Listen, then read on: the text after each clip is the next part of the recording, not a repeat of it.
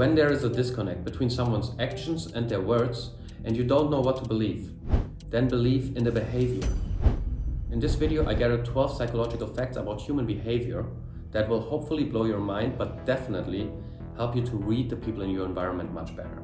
Hello, my name is David. I've been coaching people for years. I help countless of clients and I am obsessed with psychology. Fact number 12. Facial expressions tell you a lot about who a person really is. And that's because our micro expressions are involuntarily. Meaning over time, our most frequently used expressions will carve into our face. For example, the lines on the forehead, meaning a person is looking a lot for social approval. A person who's generally very happy and laughs a lot will have crow's feet next to their eyes. And people who are generally very angry or depressed will have the muscle here between their eyes called the glabella. If you want to go deeper in this topic, you can read Paul Ekman. So a person's face will tell you a lot when you learn to read it. At least the most repetitive emotions the person in front of you is experiencing. So think about this. In all our communication, our words only matter 7%. The rest is our facial expressions, our vibe, or our body language. And that's what the next fact is about. Number 11, your body always tells the truth. To illustrate this point, I'm going to compare the body language of a powerful person to a weak person in a social setting, like in a meeting. I got this frame from Robert Greene, who wrote The Laws of Human Nature. The powerful person is relaxed, laid back. The weak person is tense, tight, and leaning forward. The powerful person directs its focus to wherever he or she wants it. The weak person is all over the place, is shifting focus and playing with their hair or something like that. The powerful person looks people in the eyes and holds good eye contact, while the weak person is trying to avoid the gaze. The powerful person believes that they are a king or a queen and their nervous system reacts to that. They believe to be naturally dominant and therefore their surroundings believe so too. Your reality is what you believe it is. I know that sounds weird, but the world is weird. And especially for us monkeys, human beings with limited perception. And that brings me to fact number 10. Perception is projection. There's no real objectivity in this world.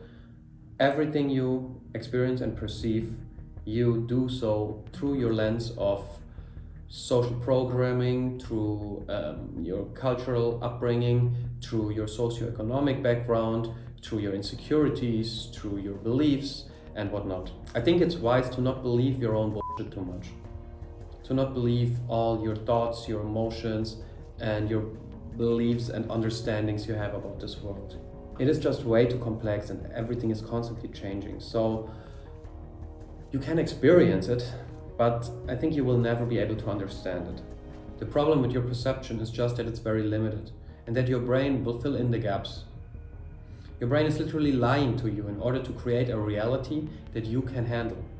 So it's not an exaggeration to say your brain is hallucinating your reality onto you. No matter how smart you may be, you are still a monkey. So don't overestimate your abilities. Otherwise you will fall in one of those ego traps. I'm not trying to insult you or anything, I just want to be real. And the truth is, we are so easily influenced and we rarely do even know what has influenced us and why. Here's a study to show you what I mean. The participants in this one were asked to judge the personality of a stranger they just met. Every one of the participants briefly held a cup of coffee.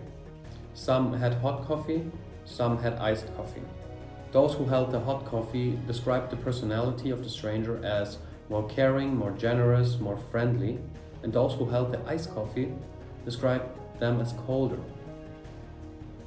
So that study shows us and is proving how weirdly and easily we're influenced and how absolutely unaware we are of it.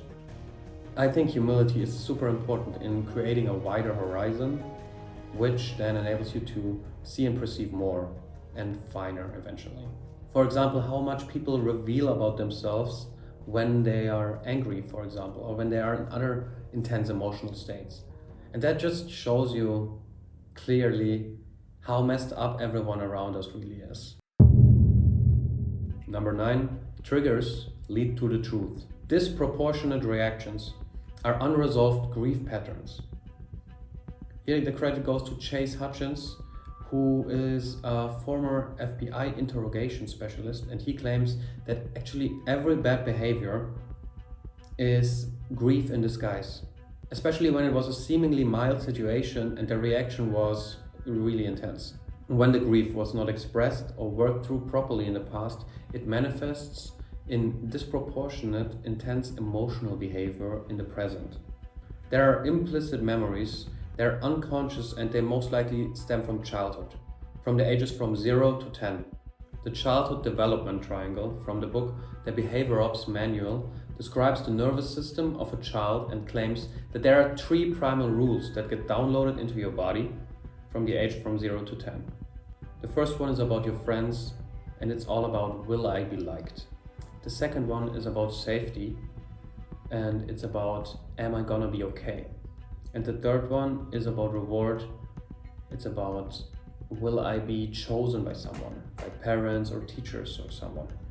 And if you experience a lack in one of these 3 areas, it manifests later on in your behavior.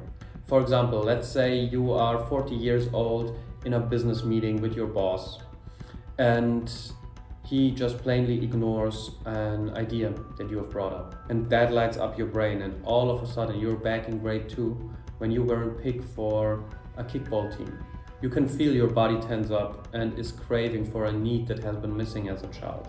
I understood a lot more about myself and others when I realized that so many bad behaviors are actually a need from childhood that was just not met. Number 8, here are 3 hormones that massively shape your behavior. Again, credit goes to Chase Hutchins. First one is dopamine, and dopamine is widely misunderstood because it is not related with pleasure. It is responsible for drive, direction, and pursuit. It's the signal for when it's something to be worth moving towards. With healthy dopamine levels, when we work hard, it feels meaningful. When dopamine is low, everything feels meaningless, and planning replaces real action. You make year plans, you journal, you set goals, but always for tomorrow. And that's your real lifestyle, it's always for tomorrow. The next hormone is serotonin, and it's responsible for your impulse control. And how much you feel you're in control, you have stability, and you can restrain temptations. With healthy levels of serotonin, you can deal with delayed gratification and stick with something even in the hard times. With low levels of serotonin, you are in a state of emotional volatility. You are more anxious, you're pissed off more easily, and you are in the state of, I know I have to do it, but I can't get myself to do it. And then the third one is norepinephrine. This is connected with readiness, energy, and having a backbone, and how you react to intense emotion, how you can regulate the intensity. Healthy levels of norepinephrine lead to an alert sense of calm, to more resilience to stress, and to the readiness to act if something happens. Low levels will lead to brain fog, avoidance, learned helplessness, and fatigue that sleep won't fix. Too high levels on the other side will lead to anxiety, panic, burnout, and insomnia. So if you or someone else is acting weird or strange that you maybe cannot explain, it could always be a chemical imbalance. So that's a good thing to keep in mind, I think.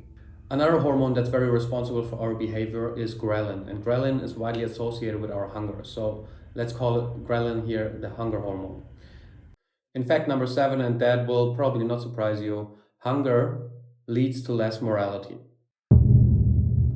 Here's a study from Stanford University I got from the book The One Thing. And this study proved that our mental capacity and our ability to make good decisions varies throughout the day. Stanford scientists found this out by analyzing judges in court. Those judges had to make a decision every 6 minutes if a prisoner could get out of the jail sooner. The study showed that the judges decided less in favor of the defendant the longer they had to focus.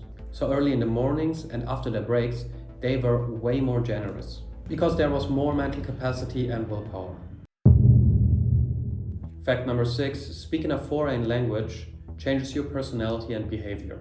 One thing that is often perceived here lies in the decision-making process, because people who speak foreign languages tend to become more rational. One reason for that is when you speak a foreign language, your brain looks for the most direct way to find it.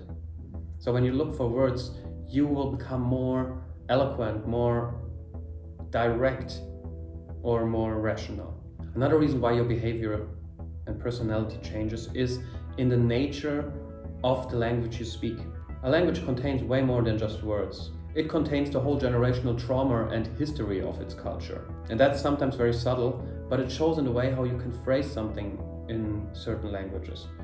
And how it has like a complete different feeling than when you phrase it in a different language. Even though it contains the exact same thing, it still has a different vibe, it's still something else.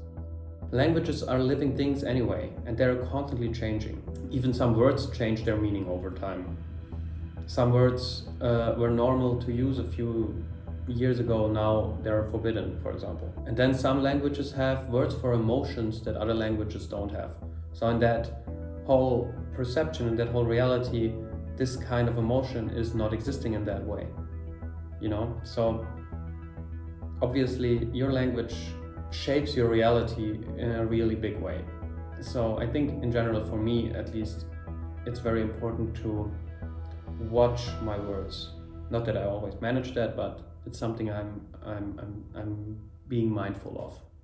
Number 5, we blame other people's bad behavior on their personalities, but not when it comes to ourselves. We are very biased, and what I mean by that I will show you with an example. Imagine driving your car and someone cuts you off in traffic. And your first thought would probably be something like, man, this guy's an asshole. So it's his flawed personality that lets him do it, that let him cut you off. But when you do the same 5 minutes later to someone else, you tell yourself, yeah, this is because I have time pressure right now. Suddenly, the personality isn't the cause anymore, it's the situation. So there's a bias towards explaining other people's behaviors in terms of who they are, but our own behavior in terms of our circumstances. Fact number 4, the two sides of authority. Having authority or power over others results in a change in brain chemistry, which changes our behavior, our morality, and our perception. Studies show that people in power are less likely to read emotions accurately. Your brain literally starts to tune out the emotions and feeling of other people. So why is that the case? It's probably evolutionary. Leaders always needed to make hard choices, and they couldn't let their emotions distract them. And this is a cycle that slowly removes all feedback loops. For example, people are too afraid to tell you. So how can you be a good leader? To have a good relationship with authority, it's very useful to be submissive to an authority before in your life at any time. If not, there is a missing feeling for it, and the individual will have a hard time to hold that frame of authority constantly. And if that healthy feeling of authority is not present, they will either act too sharp or too shy. Being submissive to a higher power has shown to work great, because having a higher authority in your life keeps you in check. There's oftentimes a moral code in spiritual belief systems. And this code, plus the specific challenges of your life, will guide you and lead you towards your most individualized self. And this version of you holds strong, inherent authority, which others can feel. And the great thing is, it doesn't matter how your childhood has been, there are always ways to build that higher authority within yourself. Fact number 3, love and hate are exactly the same thing. And what I mean by that is that these two emotional states are just the last frame of a deeper inner process. What do I mean by frame?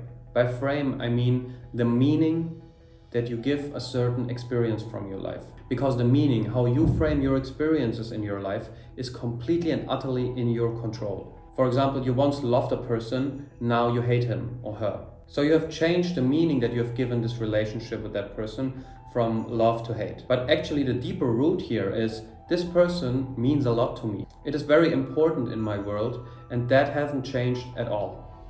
If you love someone or you hate someone, it's still a strong fixation on the other person, and it happens in the same part of the brain. It may feel different because you frame it different, and that comes with a whole subset of different emotions, but in the core it is the exact same. The real opposite of this state of love and hate would be indifference, when the person doesn't mean anything to you anymore. Fact number 2, honesty is the most powerful form of manipulation. Every human being has something that we call a BS detector, right? Intuitively, we feel that something is off about a person. But by disarming honesty or being vulnerable, we lower the guards of other people. It's so rare to experience someone truly honest that it automatically seems less deceptive, less threatening. And as a result of that, your amygdala relaxes. That's a part of your brain. For example, when someone admits weakness, bias, selfish motives, or mistakes, our brain subconsciously assumes that if the person is honest about this, he or she is probably honest about everything else. And that's why confessions increase trust and self-criticism increases credibility. It is just signaling that the person is very self-aware, and that automatically is being perceived as confidence. Aside from that, when someone is radically honest, it creates an asymmetry in the relationship. It's like a social pressure that gets built up, and the other person in front of you is being pulled towards it. You know, to open up more or to share something very delicate that they otherwise wouldn't share, or just to lower their boundaries. In such a situation, the quote-unquote honest person would control the depth, the pacing, and the frame of the whole interaction. So that would be true power. But by all means, be honest. I think honesty is a very, very important virtue in this life. The important part is, from where is it coming from? Is it coming from the heart? Is there a will to truly connect or not? And that brings me to fact number 1. In a way, everything is manipulation. It's impossible not to manipulate. You cannot not manipulate. And what I mean by that is that even with the best intentions, you will always act out of a deeper human need. And those needs control your aims and therefore your behavior. There are 6 human needs. The 4 original ones. First is the need for certainty. This is the need for safety, comfort, predictability, and control. And at the core, it says, I want to know that I'll be okay.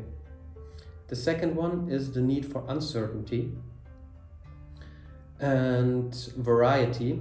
And this is the need for change, novelty, surprise, and excitement. At the core, it says, I want to feel alive. Then there is the need for love and connection. And this is the need to bond, to belong, to feel close to others. And at the core, it says, I don't want to be alone. And then lastly, there's the need for significance. And this is the need to feel important, unique, and special. And at its core, it says, I matter. And then there are 2 more human needs, deeper human needs, the spiritual human needs. And that is at first the need for growth.